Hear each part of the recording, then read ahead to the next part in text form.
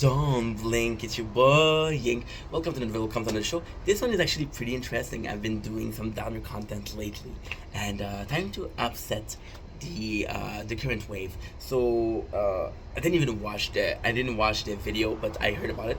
The reason I didn't watch mr.beast, because we're talking about mr.beast. If you saw it in the title, you saw it in the thumbnail. Talking about mr.beast. The reason I didn't watch this video is because there's in there some content creator that I don't fuck with. And it's a question of personal choice. Like, of course, you're not gonna like every single person, but there's some people that did some really bad stuff in there. Now, it's up to Mr. Beast it's up to Mr. Beast to allow them to applaud them, right? He took 50 of the biggest YouTuber and he put them in a room, and I didn't even check the video, but there's a grand prize of $1 million, right? So it takes a day and you make $1 million. And the greatest thing, this is the greatest idea ever, because with Mr. Beast bringing in those videos. So first of all, Mr. Beast, who is Mr. Beast? He's the #1 channel on YouTube. Now you're bringing in content creator. They all have their own demographic, so they all have their own public, right?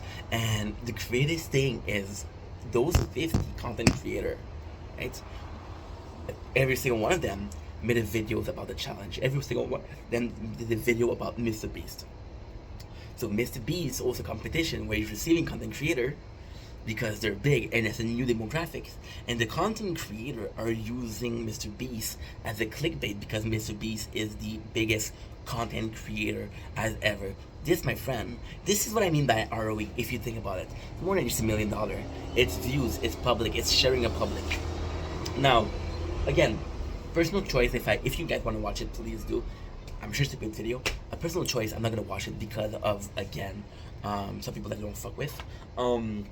So that's a super good idea, and if you think about it, it's so last year to this year, saw a lot of YouTube creator retire, right? A lot of them retired, and a lot of them change content. You see PewDiePie, which one of the biggest that does father content, which is I have to say the new content, the Pewdie Dad, pretty good. See, YouTube is a big thing, and YouTube is constantly gonna be targeted because it's #1. You got people like Kick, you got people like Twitch, you got people like Snapchat, you got people like Instagram. How many of the applications that you've been using are adding notes? Yeah, a lot of them. How many of the applications that you're using are using Meta AI? A lot of them. Yeah, you're right.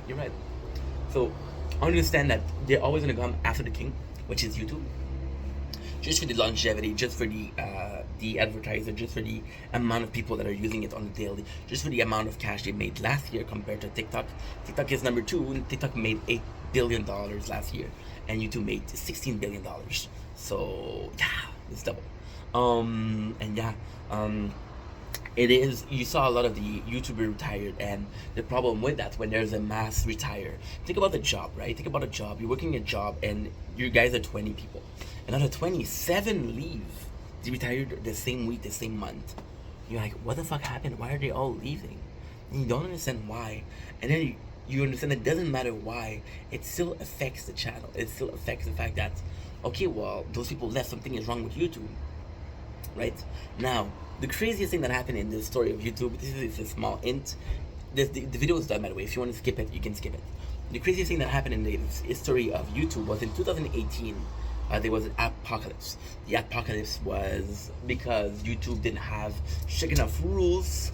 Some of the advertisers decided to leave the website.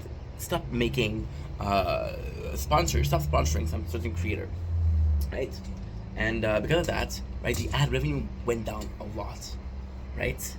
And the worst thing the creator did was to talk about the apocalypse. They talk about it, and it's normal. Your salary is diminished, which is normal. But doing that puts the face of YouTube, the public relationship of YouTube at risk. Because they put it at risk, more sponsored that weren't gonna leave are leaving, and you're earning your own pocket even more. Understand the cause of effect. Understand the pros and the cons. Anywho, I wanted to make this a short video that way more people watch it. Yeah, love you guys. Take it easy.